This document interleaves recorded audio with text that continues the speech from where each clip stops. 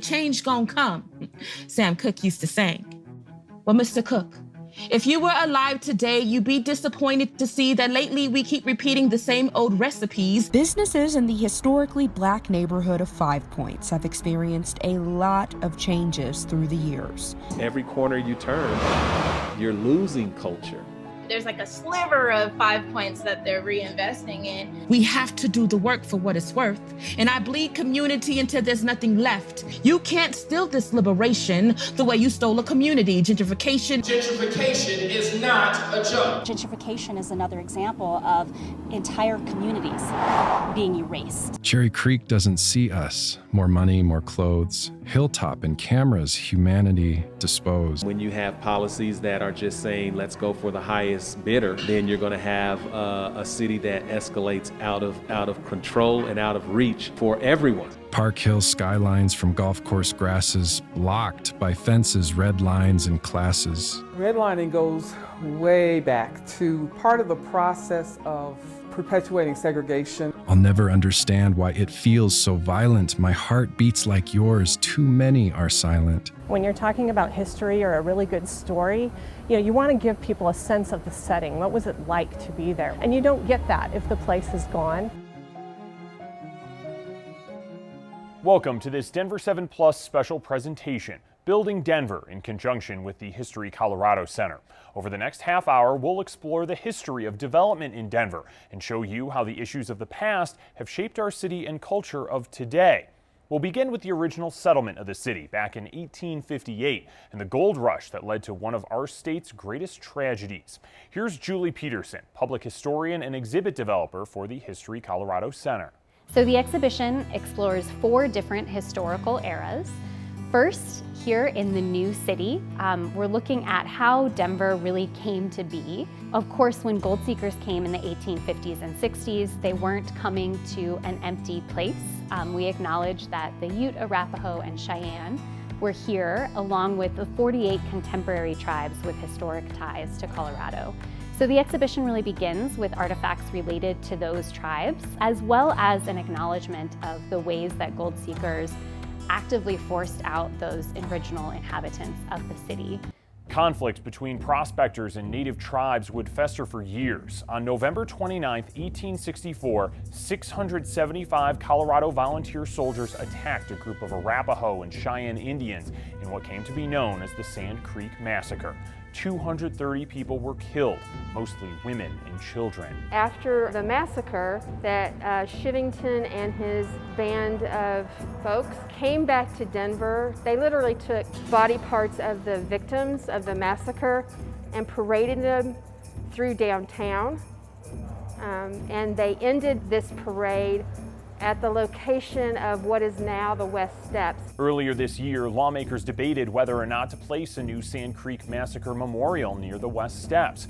A statue of a Union soldier had stood there since 1906 until it was taken down by a nationwide movement in the summer of 2020. Over the summer during social justice protests, the Union soldier who sat stoically here for decades was removed. You see, the same regiment that was celebrated for their honor in the Civil War was also responsible for that massacre. I just don't understand why that soldier continues to be glorified. I don't understand when what they represent was so wrong. Those social justice protests took over Civic Center Park near the Colorado State Capitol for several weeks, which is exactly what its original designers had in mind.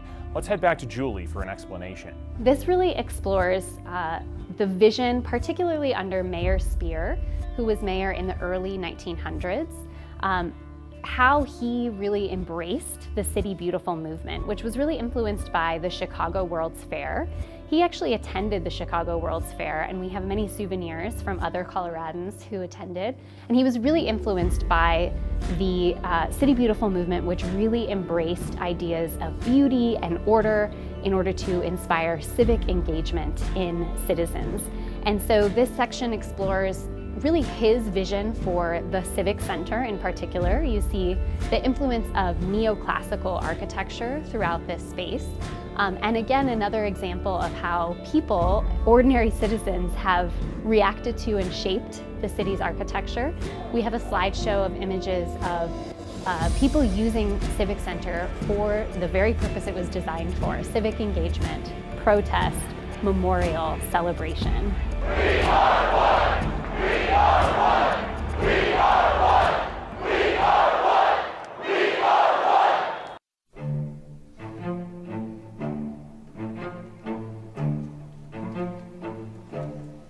In addition to the Civic Center, we look at how Spear and the City Beautiful movement in general influence the city's parks and parkways movement. Now, Mayor Spear really influenced the development of the formal parks and parkways system, but he also brought citizens into his plan to create a greener Denver. He actually gave away saplings for residents to plant throughout the city. And so people could plant trees in front of their houses or along their streets. So many of the trees that you see in Denver today are actually a result of Spear's vision to create a green, lush green city. I really think that Mayor Spear's initiative, particularly for greening the city, Denver wouldn't have as much green space as it does today if he hadn't been so adamant about creating that space. After the break, we look to the era of the automobile and how the decisions made a century ago are still having an impact on our lives today.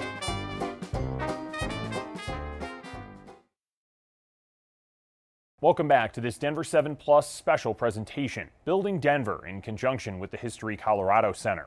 We now turn to the post-war era as the city begins putting together infrastructure, shaping the city and the issues we face for decades to come. So as we enter the next section, A Contested City, we're really exploring competing visions for a modern Denver, particularly in the post-war era. So as particularly automobiles became the primary mode of transportation, replacing streetcars and really pedestrian-centered spaces, Denverites began to move out of the city and into the suburbs.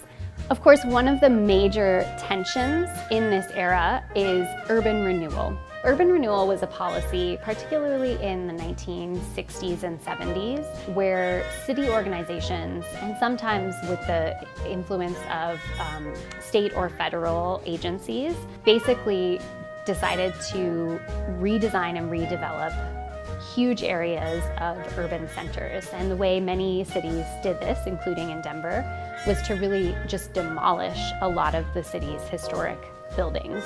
The battle between urban renewal and historic preservation continues to be fought on Denver City streets today, especially as our population continues to grow.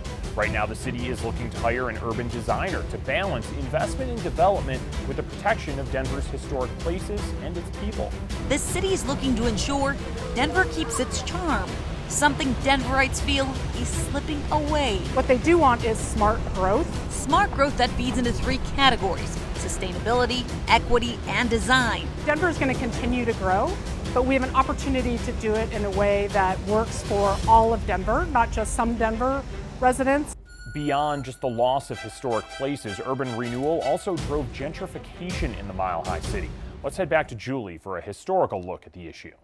Denverites throughout the city really saw urban renewal as a threat to our city's historic resources. While Denverites were moving out of downtown, organizations like the Denver Urban Renewal Authority were making plans for reshaping downtown to really get rid of what they saw as blighted areas that were really deteriorating.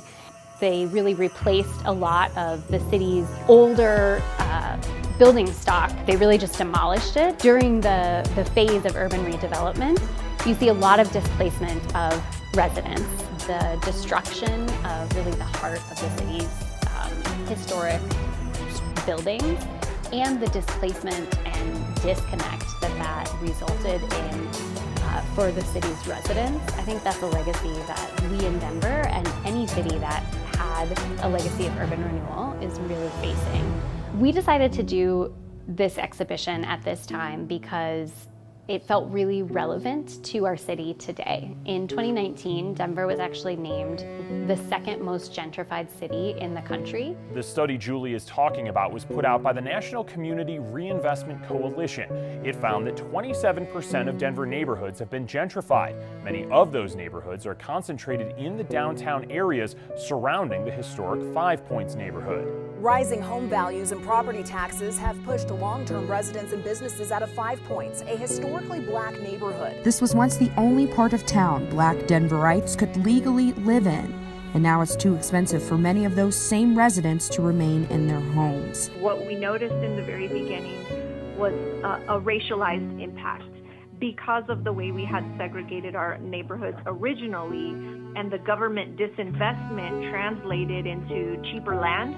What Councilwoman C. DeBaca just described was no accident. That was its design. Let's head back to Julie with an explanation of redlining and how it created segregated neighborhoods many of us call home. In the 1930s and 40s, the Federal Homeowners Loan Corporation created maps that were meant to guide the federal government in choosing areas that were high risk or low risk for investment in federal housing policies.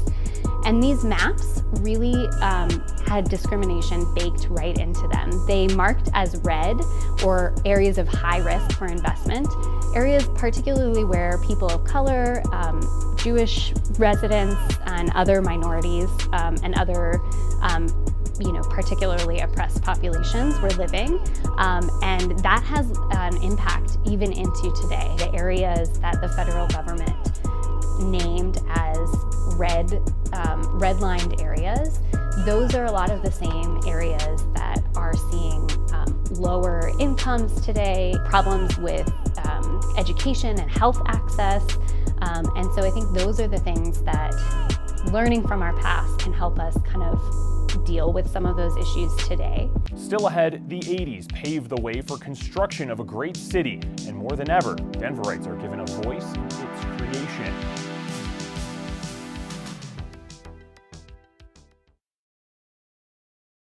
Welcome back to this Denver 7 Plus special presentation, Building Denver in conjunction with the History Colorado Center.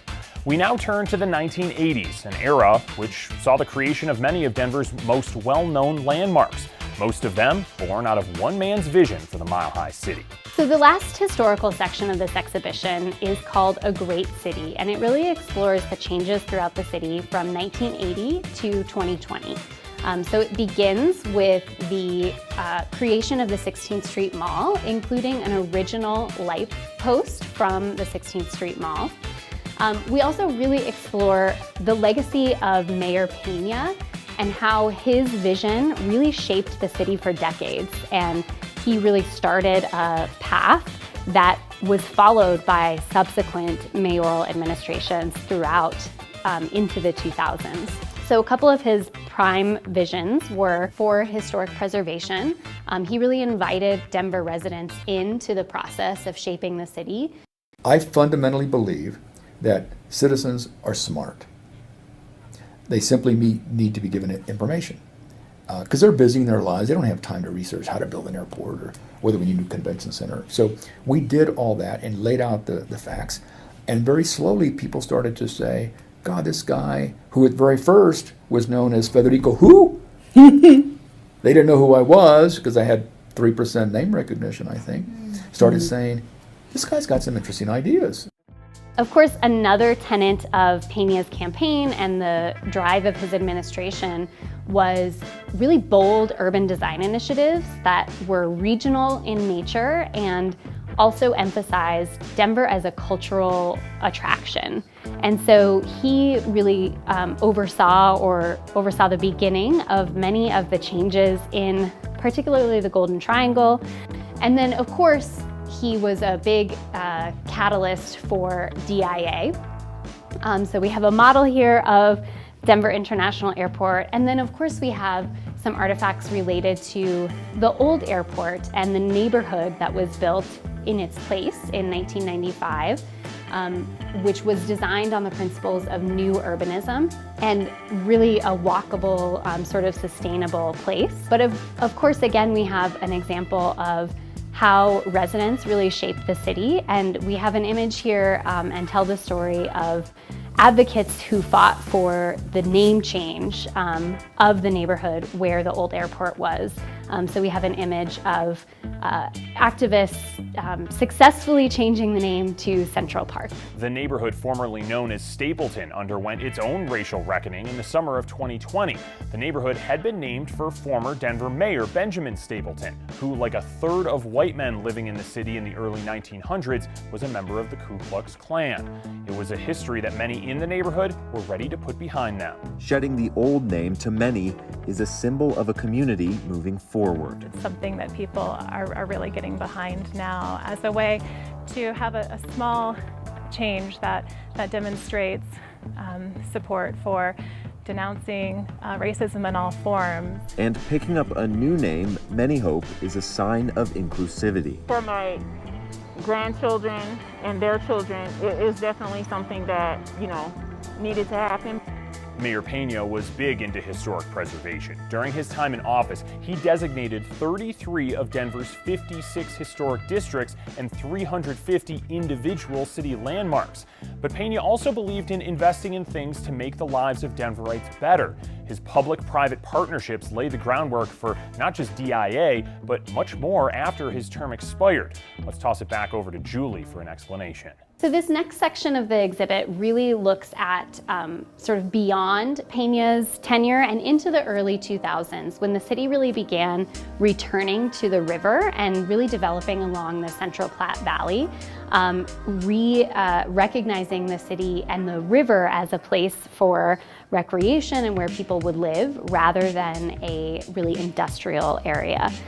So we have some artifacts from the Greenway Foundation and some photographs of the development of the Central Platte Valley, along with, of course, the redevelopment of Union Station, which is an example of private-public partnerships which really characterized the development of the city in this era. Again, we also return to the question of housing and where people live and how people get around by showing some examples of different modes of housing and transportation. So we have some adaptive reuse exemplified here by the flour mill lofts. We have an example of some of the residential buildings that spring up around the transportation hubs of RTD stations. And then of course we also have the kind of ongoing problem of gentrification, really massive apartment complexes replacing some of the city's older housing stock. So again, emphasizing how residents have responded to many of these changes in infrastructure and transportation and development in the city. We included here a video of, actually multiple videos from our Museum of Memory project with the Globeville, Elyria, Swansea neighborhood, in which residents talk about what they love about their neighborhood, how particularly the I-70 redevelopment project is impacting them, and ways that they really have advocated for themselves and their neighborhoods. That advocacy has not been easy as our city has grown, so has the desire of developers to redevelop areas of the city that haven't been touched in generations. In North Denver's Globeville, Elyria, Swansea neighborhood, downtown keeps getting closer and closer. That projects like these help drive with things like gentrification, right, the displacement of our peoples. Globeville, Elyria, Swansea, or GES Coalition community organizer Alfonso Espino says that project is the National Western Center, and the first few phases displace dozens of families through eminent domain. Our group, our people, we don't stand in opposition of development. We're just against the inequitable development that's going on. Up next, we look ahead to the future of Denver. Welcome back to this Denver 7 Plus special presentation, Building Denver, in conjunction with the History Colorado Center. Throughout this program, we've shown you how decisions made decades ago have really shaped our city. Now we look ahead to the issues that will shape our future. Let's head over to Julie one last time. So the final section of the exhibit really looks toward Denver's future. Denver, a resilient city. In this section, there are activities that relate to 5 different urban development issues that are really relevant and resonant today: housing, mobility, the environment, health, and the public realm. So all 5 of these issues and these interactive pieces within this space really encourage us as visitors here and as residents of Denver to think about how these issues impact us and what we can do about them. So all these activities encourage you to kind of dig deeper and think about, for example, the trade-offs that city planners and others have to think about when it comes to transportation issues, issues of health. What is my access to health resources like grocery stores and medical clinics? How does an urban planner think about public space, and how can I think about my own neighborhood in that way? And of course, we also ask people to share their own stories of their neighborhood, inspired by a podcast that we commissioned for this exhibition and for the Building Denver initiative called Living Denver, in which 4 different poets share odes to their neighborhoods and talk about memories that they have growing up in or living in different places within the city. So we felt it was a really critical time to explore our history as a city and think about how design and architecture and placemaking really shape the city and how we as residents have a role in shaping the city moving forward. And so this exhibition and the Building Denver initiative really explores that idea of how we as Denverites really have a role in creating the city that we want to see. Building Denver, Visions of the Capital City is on display now through August 2022. It's part of our Building Denver initiative. You can come down to the History Colorado Center and see installations throughout the building that explore the city's built environment, including a collaboration with the CU Denver College of Architecture and Planning in the atrium, an exhibition called 5 Points Plus, which we did in conjunction with residents of 5 Points and the Black American West Museum, and many other installations that relate to our city today. Thanks so much for watching this Denver 7 Plus special presentation. To learn more about the Building Denver exhibit or the History Colorado Center, head to historycolorado.org. For more stories on topics like urban renewal, gentrification, and city planning, head on over to thedenverchannel.com. Good night.